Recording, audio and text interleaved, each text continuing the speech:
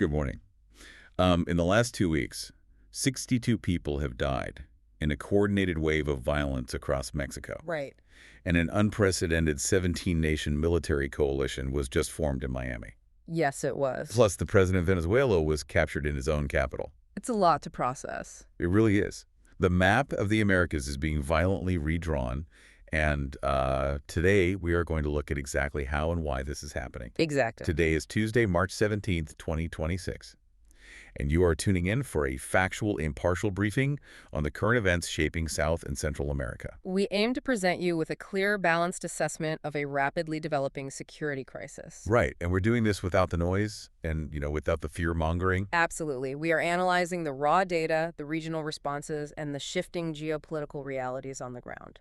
Just to give you a comprehensive understanding of the forces at play. Right. Before we begin the briefing, we want to inform you that this deep dive is brought to you by ProWave AI, and it is generated by Stylo News, the AI-powered news application. And to celebrate ProWave AI's one-year anniversary of operations, they are actually offering a March special discount. That's right. You, the listener, can use the promo code STYLOLO, that is STYLO, at www.stylonews.com. For a discount valid until the end of March. Although, please note, this is limited to the first 250 subscribers. It is, and it's essential to understand the context of the tool generating this briefing today. Right, Stylo News. Yes.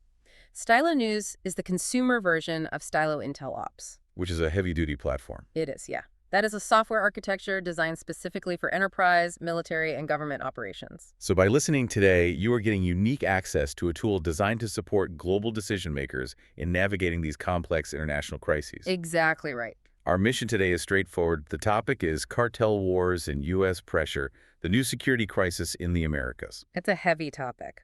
Very heavy.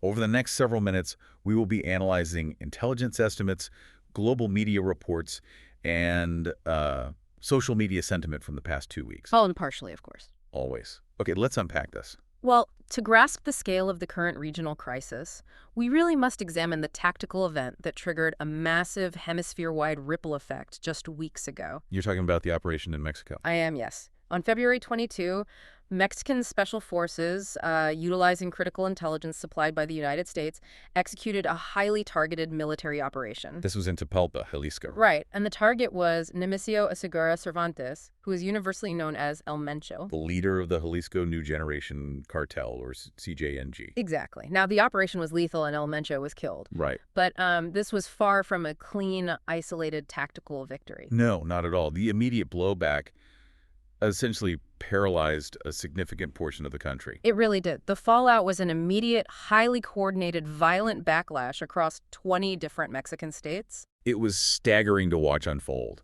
We saw road blockades, Coordinated arson attacks on commercial vehicles. state infrastructure getting hit, Yes, and direct armed confrontations with military personnel. and the human toll was severe. I mean, at least 62 fatalities were reported in a matter of days. Right, and that number includes cartel members, National Guard personnel, a state prosecutor. And tragically, a pregnant civilian caught in the crossfire. Just an awful situation. It is a profound level of disruption, especially considering Mexico is co-hosting the 2026 FIFA World Cup in just a few months. Yes, the timing is critical. That event puts a massive international spotlight on domestic security.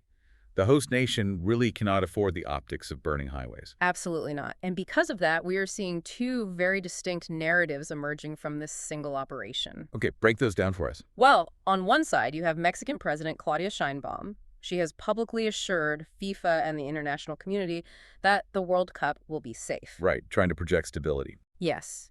Her administration is framing the Tapalpa operation as proof of Mexico's sovereign capability to handle its internal security.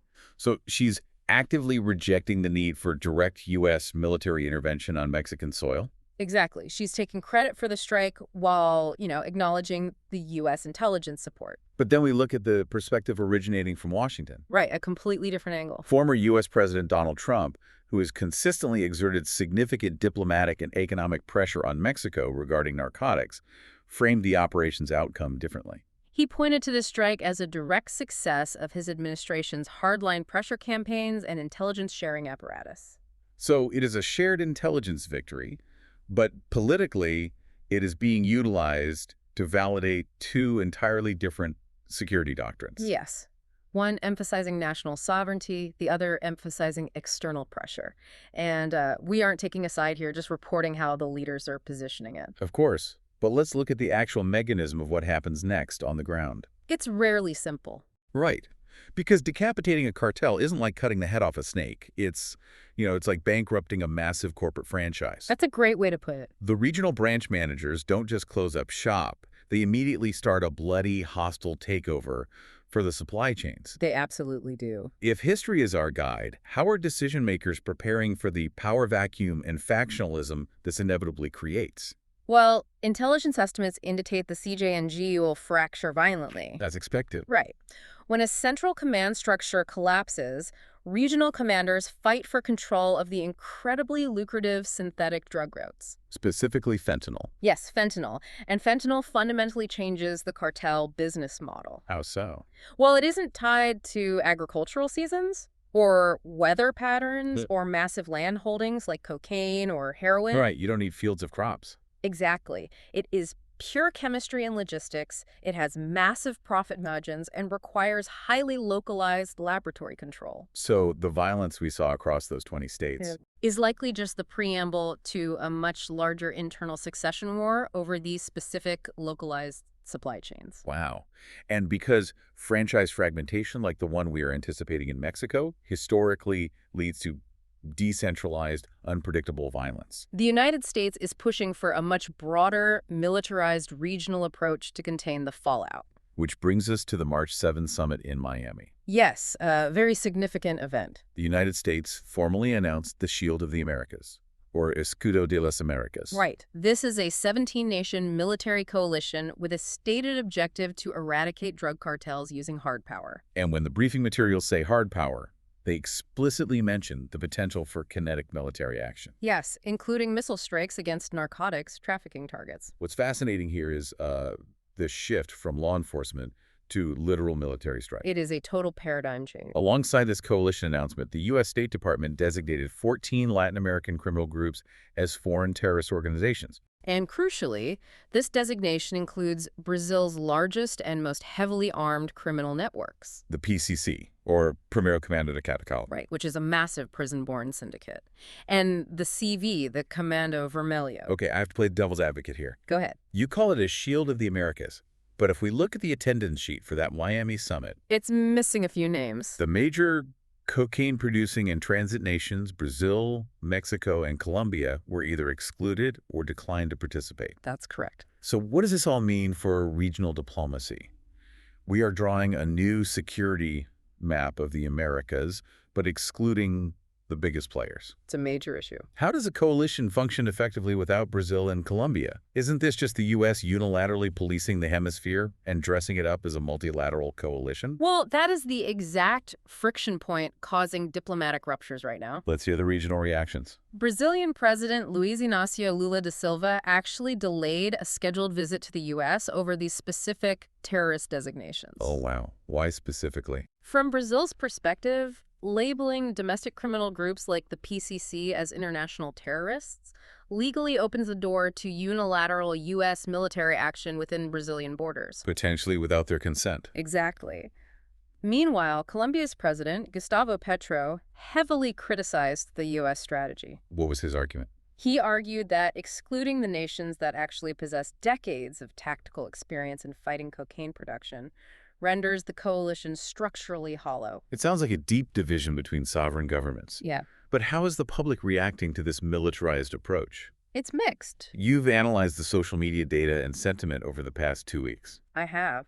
And the sentiment on X, formerly Twitter, is highly polarized, but it leans heavily in one direction. What are the numbers? Roughly 70 to 80% of users discussing the Shield of the Americas express enthusiastic, positive support for the military crackdown. That's a massive majority. It is. There is a palpable exhaustion among citizens across the Americas with chronic cartel extortion and violence. Right, they just want it to stop. To them, traditional law enforcement has failed, and military force is seen as a necessary, bold step. But there is still pushback. Yes, the remaining 15 to 20% are highly skeptical. And what are they citing? They cite the historical failures of the decades-long drug war, pointing out that cocaine production has continually risen despite previous military interventions. A fair point. This group expresses deep concerns over a resurgence of U.S. imperialism, viewing this coalition as a modern iteration of the Monroe Doctrine. And again, we're not endorsing either view, just relaying the sentiment. Of course. So if Miami is where the U.S. draws the new security map, we need to look at where they're actually putting boots on the ground. Because the tactics are already shifting in allied nations. Let's look at Ecuador. Ecuador is the prime example of the new front line. Just a few years ago, it was considered one of the relatively safe nations in South America. Right, a peaceful corridor between Colombia and Peru. But today, it is a primary battleground. It really is. Intelligence indicates over 70% of the world's cocaine now transits through its ports. And in response, we are seeing unprecedented joint U.S.-Ecuadorian military operations. Yes, actively targeting the massive commercial logistics hubs in Guayaquil and Manta. But it isn't just military forces either. On March 11th, the Federal Bureau of Investigation officially opened an office in the capital, Quito. That's a big step. They are embedding federal law enforcement directly into the host nation's apparatus. To track complex money laundering and public corruption alongside local police. Right. But as pressure mounts on these traditional maritime cocaine routes, the cartels are proving highly adaptable. Which brings us to a very bizarre regional ripple effect. Yes. Recent intelligence shows the CJNG is actively trafficking roughly 4 tons of mercury into Peru and Bolivia. Wait, really? Mercury? Not narcotics? No, not narcotics. Why is a drug cartel suddenly moving industrial chemicals into the Andes? It is a highly sophisticated money laundering mechanism. Okay, walk me through that. Well, mercury is essential for illegal gold mining, which is rampant in the Amazon basin. Right. Cartels take millions in dirty drug cash and use it to fund these illegal mining operations. The smuggled mercury is used to extract the gold from the riverbed sediment. Ah, I see. Once the cartels have the physical gold, they sell it on the legitimate international market. So almost instantly, their illicit drug money is transformed into clean, untraceable corporate revenue. Exactly. Illegal mining is incredibly lucrative, it funds their armed operations, and it completely bypasses traditional banking oversight. And with that economic expansion comes territorial violence. Unfortunately, yes. In Lima, Peru, a gang known as Los Mexicanos recently burned a public transit bus in the district of Villa El Salvador. It's a classic cartel extortion tactic. Signaling that their operational territory and the protection rackets are expanding far beyond central Lima as they protect these new revenue streams. The ripple effects of this diversification are destabilizing local governments. Here's where it gets really interesting and incredibly complicated for local leadership. Right. Ecuadorian voters recently went to the polls and explicitly rejected the establishment of foreign military bases in a national referendum. They did. So how are local decision-makers like President Daniel Noboa balancing the desperate need for state security with the public's clear democratic concern over national sovereignty? Well, President Noboa is walking a delicate political tightrope. I can imagine. He is a strong supporter of U.S. collaboration to fight what he explicitly terms narco-terrorism. And he has to honor the referendum. Exactly. He cannot formally hand over territory for a permanent U.S. military base. So what's the workaround? Instead, he is utilizing temporary joint operations, embedded task forces, and deep intelligence sharing to stabilize the country. He is attempting to deliver the hard power security the public desperately wants, without crossing the legal and sovereign lines the public has explicitly drawn. Precisely. Now, this U.S. security umbrella isn't exclusively targeting traditional cartels and money laundering operations. No, it's much broader than that. According to the intelligence estimates, it is also fundamentally reshaping political relations with historical state adversaries under the banner of regional stability. If we connect this to the bigger picture, this is perhaps the most significant geopolitical development. We must examine the flashpoints in Venezuela and Cuba.